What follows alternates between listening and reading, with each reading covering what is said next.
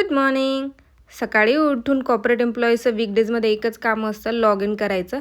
Same मी पण तेच केलं, पण त्या अगोदर मी माझा शेक बनवून घेतला. न खाता माझ्याकडनं तर तसं पण काम होणार नाही. आणि मी जेव्हा शेक पहिला घेतलं त्यानंतर मला कळलं की मी त्याच्यात खजूर टाकायचंच विसरले, पण ठीक आहे. आणि इथे मी हॅपी काय आहे, कारण की माझं वर्क फ्रॉम होम या वीकचं अप्रूव्ह झालं, त्यामुळे मी खुश होती.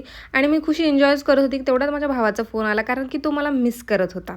त्याच्याकडे 3च कारण आहे मिस करण्याचे. एक तर त्याला पैसे पाहिजे असतील, दुसरं त्याच्याकडे त्याचं असाइनमेंट कंप्लीट करायचं असेल तेव्हा, किंवा त्याला फक्त मला इरिटेट करायचं असेल तेव्हा.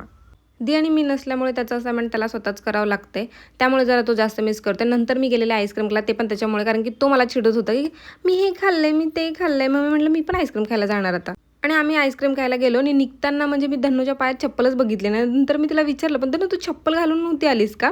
नंतर ती चप्पल बरंच विसरून गेलेले आणि आम्ही निघालेलो. ह्या गोष्टी तर आमच्यासोबत रोजच असतात. Thank you for watching. बाय.